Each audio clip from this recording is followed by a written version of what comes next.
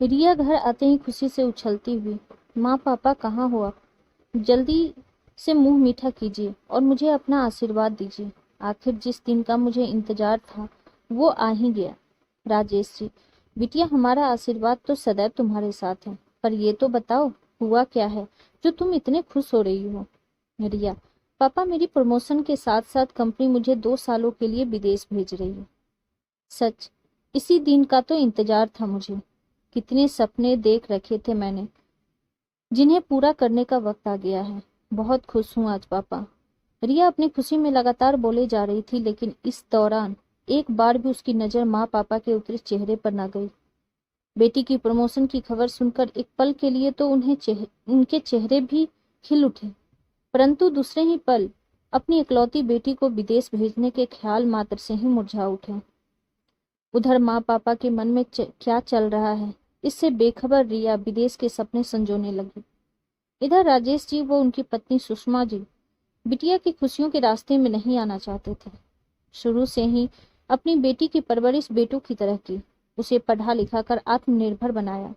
बेटी का हंसता मुस्कुराता चेहरा ही उनकी जिंदगी की सबसे बड़ी उपलब्धि रही, लेकिन अब भावनाओं में बहकर उसकी सफलता के आरे नहीं आना चाहते थे।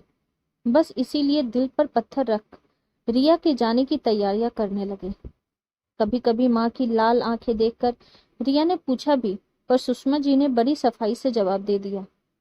कभी पापा का उतरा चेहरा देख पूछती तो वो भी हल्का सा सीने में दर्द है कहकर टाल देते।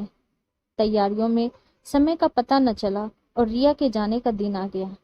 अपने दिल पर पत्थर रख माँ पापा ने पहली बार अपने कलेजे के टुकड़े को अपने से दूर किया। जब तक रिया आंखों के सामने थी जैसे तैसे खुद को संभाले रखा, लेकिन उसके जाते ही दोनों पति पत्नी एक दूसरे के गले लगकर फूट फूट कर रोने लगे। फिर खुद ही एक दूसरे को समझाया, बेटी है, कल को ससुराल भी तो जाएगी ना, हमें खुद को मजबूत बनाना पड़ेगा। और फिर यह सब उसके उज्जवल भविष्य के लिए ही तो सब कर रहे हैं। इधर रिया की खुशी खुशी विदेश पहुंच गई, लेकिन अब उसे माँ पापा से दूर होने का एहसास सताने लगा।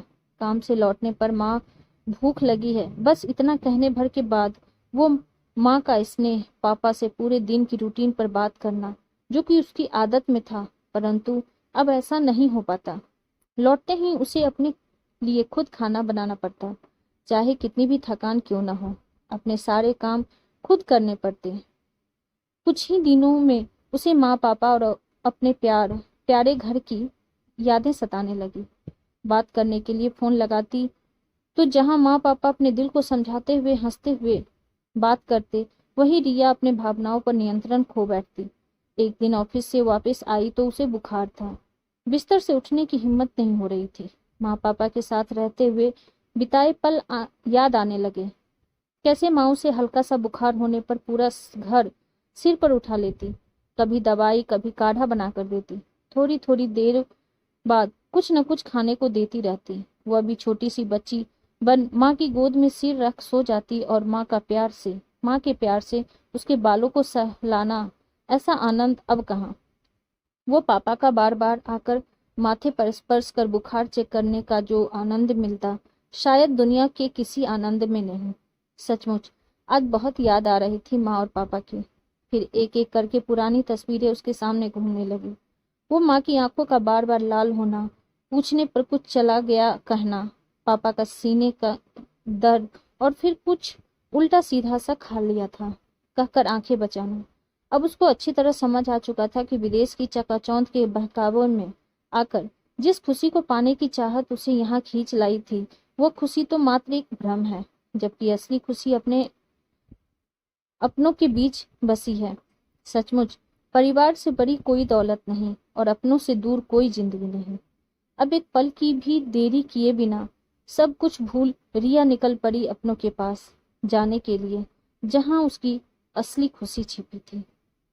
Thank you.